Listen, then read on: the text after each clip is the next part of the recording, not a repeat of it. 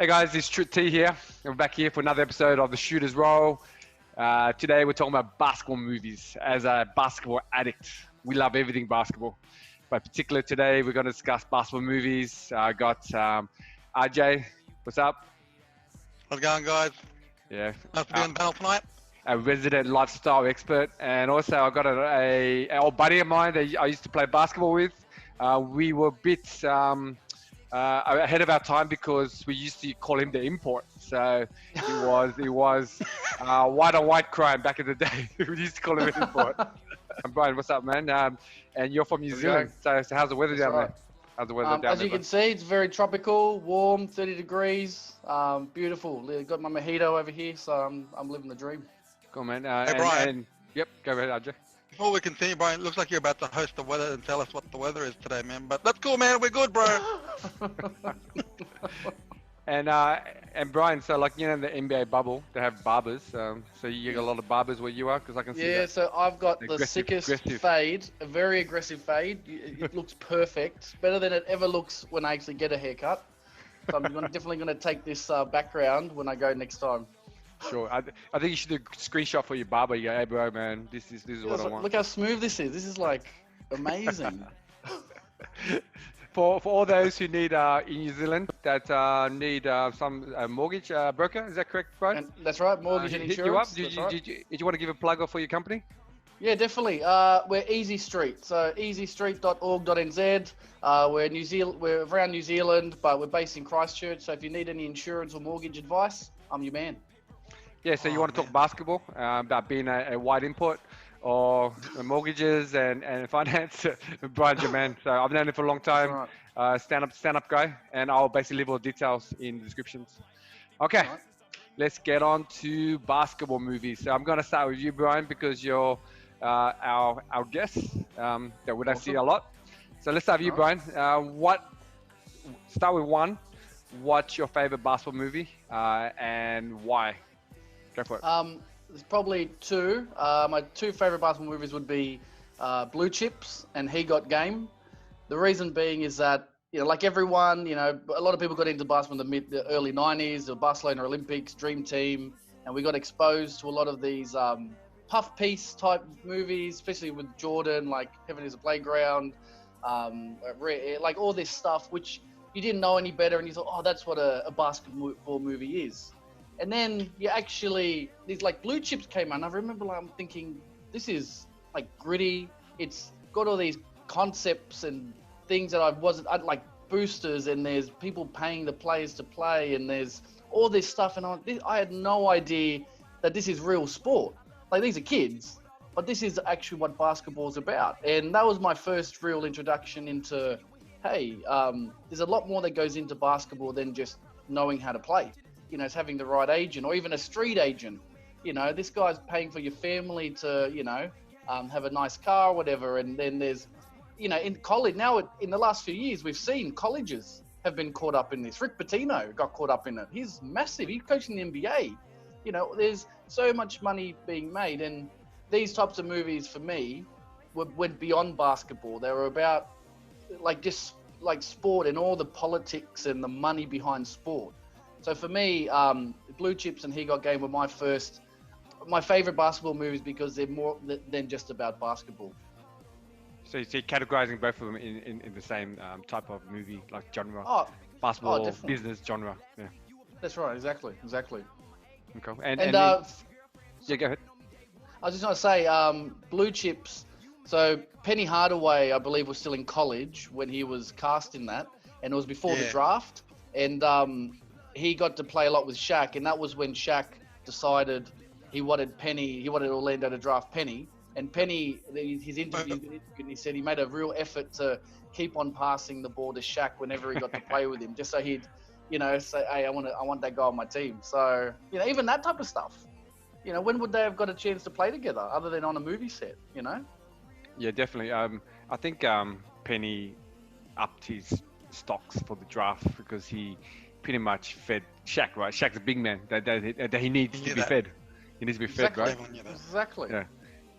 There's a story that probably came out recently in when he's on TNT where in the green room. So the green room, for everyone doesn't know, is the draft room where the team sits, or the basically the associates of the team or the executives of the team sit, where they figure out who they want to draft or trade or whatever. There was a moment where Shaq was breaking things because they drafted Chris Webber. Chris Webber. That's right. Yeah, and then he said he wanted out. He wanted out of Orlando because of that. Until the end of the draft where there was a trade, and then he was like, okay, they actually listen to me now. So that's a great story behind that one. With He Got Game, I like that movie when it first came out because you see the like you said the real life, like you know, as a kid in Australia we don't get I guess exposed to all these things and seeing all the all like payments and all the things that happen, like to get a prospect to high school, even high school. Exactly. You know what I mean? High school. Exactly. This is high school, right? And then just playing and competing. It was more than just skills, right? You had to be skillful, and then you also needed the right guidance to get through to college to make sure that you're not disobeying any rules, or if you are disobeying the rules, then you got to make sure that you got to make sure that you cover it up quickly, you know. All these things happen. Yeah. RJ, have you got any comments with those choices that Brian picked? Hey man, Brian, you made two good picks. You know, and both on the same line of intensity in terms of basketball. So I've got nothing bad to say about them because that was going to be my third and fourth pick. And you know, you're right. They were exposed. All the players that were going to be exposed, like Penny for one, were all there. So I remember watching that movie, and that was a great movie. Again, great pick. No criticism at all because they're fantastic flicks. So it's on to you, RJ. What I guess your first choice in the movie that you picked as your top movie? For me, can I do it differently? I'll start from when I was younger to when I get older. Yeah, I'll do that. Sure, man. As long as it doesn't take 100 years, you go for it. Look. I'll start off with the movie that pretty much, you know, got my attention and put Michael Jordan in a different sort of scene. And for me, it was Space Jam. Okay. Sorry. Oh, Space Jam. I've got to say Space Jam because this was the first time that I saw Michael Jordan in a different sort of light. And, you know, it's a family movie, but at the same time, it's got every basketball thing there. They've got lifestyle there. They've got, you know, they've got the NBA players there. For me, it was great because I'm part of the lifestyle of this channel. So for me to see his shoes there, to see his North Carolina shorts there, for me, I was like, oh, wow, nice shoes. Like it was more than just basketball, but yeah. Was this the first time you fell in love with Air Jordans? No. My love for Jordan started from 1992 when I started drawing basketball logos. And then I think I got exposed to the 1992 NBA Finals when the Blazers played the Bulls. And that's when I was like, man, who is this guy, man? Okay, this guy's just, I'm like, oh, his name's Michael Jordan. Oh, wow, Michael Jordan. Okay, cool. And the love started from there. So Space Jam for me was great. But look, I don't want to criticize the acting by some NBA players, but it's not about the acting, okay? So let's not pick on Larry Johnson or Larry Bird. Not Larry Bird, I mean Charles Barkley about their acting. It's not about that. It's not about that. Let's just focus on the movie, okay? So get away from me. You're fake. You're not the real Barkley. Go on, you shouldn't even be here. I just watched it recently, my niece. So yeah. Yeah, so that's why I picked that movie first, and then my last pick will be a more serious pick. So for me, it was Space Jam #1. Okay, well, we'll save that. Make sure you stay tuned into this podcast. So it's my turn, right? So I'm a bit more. Yeah, what's your pick, man? My pick, my first pick was. You might laugh at me, by being a thing. I like Mike. Like Mike as my first pick. The one where actor Bow Wow was in a, not to ruin the movie if you haven't seen it, he was in a orphanage. He basically gained some powers and he made it to the NBA. So in terms of the movie and entertainment factor, it wasn't real, but I found that actually, my sister won it as a prize for a DVD set, and we got it in the mail and we watched it. It was one of our first DVDs that we had, and it was awesome. Like it just tells out the entertainment value. Like it's unrealistic, you know, him playing one-on-one at halftime with the NBA player, and schooling him, and then getting a contract and making the team all the way to the playoffs. Just pure entertainment factor, and Bow Wow did I guess a good job just playing the role. Thoughts, guys, on my pick? Well, I think Bow Wow for a period there, he did quite a few movies actually. Like it was a time where Bow Wow, I think isn't he Snoop Dogg's nephew or some shit? Yeah, that's right. That's right. So I think I remember he had sort of like I don't know what he's doing now, but I just remember he was in that movie and I think a few other movies. But I want to go back to Space Jam. I think that has the best or maybe the most underrated rap song. Because you remember they had the main rap song with like every rapper on Earth? What song was it? Can you sing for us? No, I know what you mean. But Get them high. Yeah, so Be Real, Method Man. Everyone. Busta Rhymes. Like I remember listening to a good song, mate. It was a great clip too, I think. Yeah, good clip, good song, and it's a kid's sort of rappy song. But I mean, I was like, you know what? They could play this in a club, and I danced to it. Yeah. Underrated. Absolutely, I agree with that. I think Trung, in regards to your choice, I don't think it's making the top 10 on anyone's list. It's all good. We're honest. We're honest on this podcast. So love us or hate us. We'll basically stand by our choices. I guess it connected with the movie with that, right? Trung, is that why you picked it, Mike? You connected with the movie. Yeah, I guess so. I guess so. I guess it was like a fantasy, right? Like I think every kid that playing basketball has a fantasy of making it to the NBA, right? So then, like imagine that happening to you, like being in halftime and beating an NBA player one-on-one, and then making it to the NBA. It could happen, you know what I mean? It can still happen. That's right. It can still happen. If you hit every shot, then you never miss. So it's a possibility.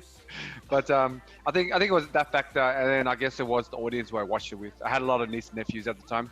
And it actually had play value. Like, you know, when they're bored, we didn't have that many DVDs, so we just put it on and it kept them quiet. So I think those factors, actually added to my best movies, NBA or basketball movies. So Brian, you listed two. Let's go into your one of your picks. Let's go into talk about more about He Got Game, starring I guess Ray Allen or Jesus. Yeah, what did you like about it? Did you have a scene that stood out to you? Oh, there was the scene where he got to sleep with the two porn stars when he went to college. That stood out. No, what stood out particularly, what stood out is apparently that movie is loosely based on Stefan Marbury's actual experience. Apparently, like I've heard that said by Spike Lee and a few other people. Now, Stefan Marbury went to college for 1 year, and I can't remember what college he went to, but apparently it's loosely based on his experience because I think he is from Georgetown. Is he from Georgetown? Yeah, did he go to Georgetown? But he's from New York. He's from Coney Island. Coney Island, that's it, Coney Island. So apparently, some of that stuff was based on his actual life, particularly like the street agents and things like that. In terms of what there was a storyline to. I don't know if it was based on his actual life, like his dad, hurt his mum or whatever. But like even when he's getting trained by his dad, and his dad's like, you know what Michael Jordan's doing right now? He's training, and you just see this sort of this relationship. Like I'm a father now, and I've got a daughter, and I want her to play sport. And you sort of think, well, how hard do I have to push her to want to be good at sport and play it, Because if you want them to be good, you're going to have to go through a period where they hate the sport because they're like, this is, it's not fun. But if you want them to be good, you're going to have to do that, And back then as a kid watching it, I'm like, you got to play hard. But now as a dad, I'm like, geez, I don't know if I could do that to my kid. It just for note, he actually went to Georgia Tech. My bad. Georgia Tech? Oh. I said Georgetown because I thought it was AI. Cool. Oh, okay. Cool. RJ, thoughts on He Got Game? Man, since there was a shoe named after that particular movie, the Jordan 13s. I love that movie too because it was as well. It really had a storyline to it, and that was a rumor that I did actually hear too, Brian. But then again, you know, before this whole bubble thing, NBA players had a pretty much every NBA player's pretty much life. You know what I mean? That's right. Well, I don't want to say not all of them. Yeah. So, but he got game, you know, with Denzel and, you know, with Ray Allen in it. I was surprised too. I was like, oh, Ray Allen's in it when I first saw it. I'm like, oh, I've got to watch this. So when I saw that, I was like, oh, it was quite interesting, and it was a different approach on the way they took, you know, professionalism and also with background of certain families. So, yeah, it was quite a interesting movie to watch actually. Yeah. Okay, cool. Okay, and RJ, your second pick? For me, I like this movie simply because it was. I wish I had done this when I was younger. I only did this when I was like 23, 24, so it was too late. But Coach Carter was that was an intense movie, man. Like I didn't know basketball training until I saw that movie. You know what I mean? Like I had basketball training in high school. It wasn't as American as what everyone thinks, but the American training was intense. And then when I really saw that, and the way the coach was really in their grills, and you know the way they sort of picked up the way that they're team orientated, like, you know, if you hit one, then we all get hit. For me, that movie is one of the most intense basketball movies I've ever watched, and for me, it was a very inspirational movie. I wish I had that opportunity when I was younger. I didn't get that exposure like the way the kids get it now. I mean, you know, it's easily in your faces everywhere now. But when I did that, I was already 24, 25, so I was already too late. But, you know, for me, especially that special line, you know, I don't know if you remember that line that they stated in the movie about, like, when the coach stated, "What's your deepest fear?" Oh, yeah. And when he said that answer, I was like, whew, man, I didn't know basketball was this deep. It was deep. You know what I mean? So I know what the quote is, but I know it might be too long. But I love watching that. I love watching Coach Carter. I watch it over and over again. So for me, it was a really inspirational movie, and it gets my juices flowing to want to play ball and train hard. Even though I'm a dad of 2. I'm almost 40, and man, I'm trying my best now at my age to still play. So yeah. What's the quote? And do you use, I guess, some of those, I guess the values of what the movie says in bringing up your boys? Oh, definitely. I'll read the quote first, and then I'll get to your next part of the question. So the quote is, when the coach goes, "What is your deepest fear, young man?" He goes, "Our deepest fear is not what we are inadequate. Our deepest fear is that we are powerful beyond measure. It is our light, not our darkness, that most frightens us. You playing small does not serve the world. There is nothing enlightened about shrinking so that other people won't feel insecure around you. We are all meant to shine as children do.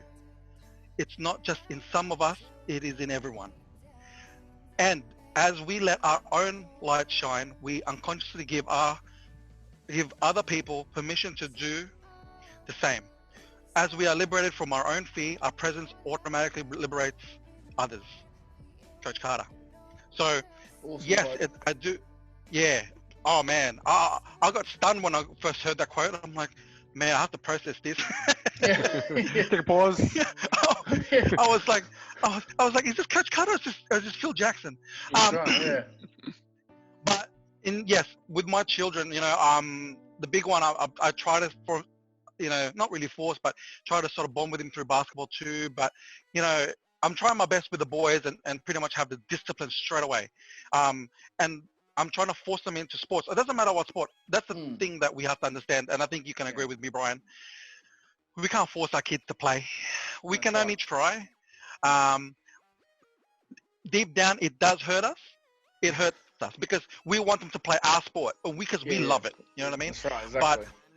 But the thing is that sport teaches us to play our role, which is the most important value of it, I think, because no matter where you position yourself in the workplace or, you know, in social aspects, you have to learn to play a role. That it ain't all about you. You have to learn just to play a role, and that's where you're going to be limited to. You know what I mean? And it's a team thing. It's not all about you. You know, you have to depend on every one of your teammates or your people, the peers around you to help you. So that's the one thing that the movie really taught me, and that no matter what, if you're a true team, we live together, die together, sort of similar like that, but not really to that degree. You know what I mean? Oh, cool. That's pretty deep. Nice. And it's pretty amazing that you actually get that and life values from a movie. So that movie is well written and well produced for sure. Absolutely, man. Cool. Just moving on to, I guess, my second pick is not as deep as yours, but it's deep in a way where my second pick is Love and Basketball. Have you guys heard of the movie? Yes. Yeah, Love and Basketball. I guess during that time. Did you pick this strong? I want to know. I basically picked this because I guess at the time I was playing basketball, and I guess I was a teenager during the years, and I guess it's like a dream come true, right? To find a partner that loves the game like you do, right? So, and I guess she keeps her feminine qualities, so you're not playing against them, you know. Just to be honest, you know, and the key scene, right? The key scene is the whole movie is about back and forth in the relationship, and then he's about to spoiler alert, he's about to get married to someone else, and then they meet on the court at his house, and they're playing 1-on-1, and she says, "I'll play 1-on-1 for your heart."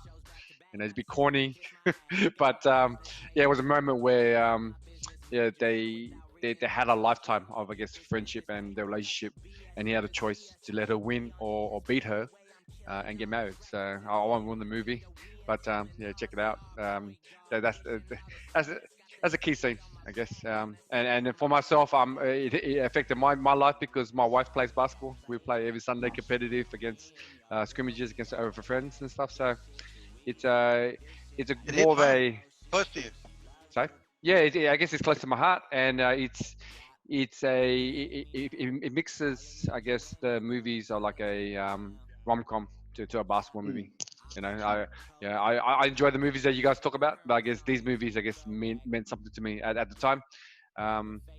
Your thoughts? Have you guys seen the movie? And what do you guys think about my thoughts? My choices, although they're a bit feminine. I think I've seen bits and pieces. I don't think I've seen the whole thing, or at least I haven't seen it for a while. Missing out, man. But I'm adding it to the list. I'm adding to the list. I definitely have a watch of it. Definitely. Yeah. Maybe RJ. I watched it a long time ago. I gotta say, nice pick, Trung. Anyone who needs a copy out there, please contact Trung for a free copy. I'm sure he'll give you that copy. I gave you a link. And whatever you do, signed copy. Hey, I don't know. We do not condemn piracy, right here. Right, that's right. But it's a good movie. I gotta admit, and you're completely correct. It combines rom-com with sports, and it has a good twist to it. At the end, I don't want to spoil it too. So yeah, good pick, Trung. Again, I'm not going to criticize it because it's a great pick. It's a basketball film, and it's about love this time. So, was it a sporting director, or was it like? I'm just wondering who made that movie. I'm not sure. I probably should look into it a bit more, but but maybe by the time I edit, we can give some credits out for sure. Okay. A bit more on that. All right, guys. I think we've hit the end of this discussion. Thanks, guys. Brian, do you want to have any last words to the Shooters Roll viewers? Well, look, this is really interesting. I enjoy myself. Make sure you invite me to the next one, mate. Yeah, man. We'll get you on a hardcore one next time for sure. This is 100%. This is a bit green as something new that we want to do. Basketball is more than just a sport in the NBA and all the professional leagues. It involves things other things that we enjoy too, which movies. And also lifestyle, which RJ is the head of our lifestyle division. Nice. we should get Stephen A. Smith onto this one day. Stephen A. Smith, man, looking out for you, man. We're gonna have to debate the hell out of that guy. He loves a good debate, eh? He does. if we raise enough money, get ESPN Australia involved, then maybe we might be able to get 100%. I'm keen. I'm keen. Oh, good. RJ, any final words Brian. before we sign off? Yeah. Brian, you got to watch that movie, man. Spike Lee produced that movie. The director, I'm not sure it's Gina Prince. But if it's a Spike, I thought it'd be a Spike Lee movie. That's why I thought Love and Basketball. Who makes a love movie about basketball? So I thought it must be a Spike Lee joint. All right, I'm gonna check it out. 100%. It's got Omar Epps in it, man. It made 27 million in cinemas. For me, for a basketball movie, it's not bad. Yeah, I'll check it out. Yeah, I want to watch it. 100%. 100%. No, but it's been a great pleasure with you guys talking tonight about basketball movies, man. Great picks. No criticism because, you know, whatever tinkers your bell, hey, man, all good in the hood. That's it, man. Nice. We're basically, so whatever movies you guys like, just let us know. You want us to talk about it or review it, or you got picks that we should watch. That'd be great. So until next time, guys, thank you. Cheers, guys.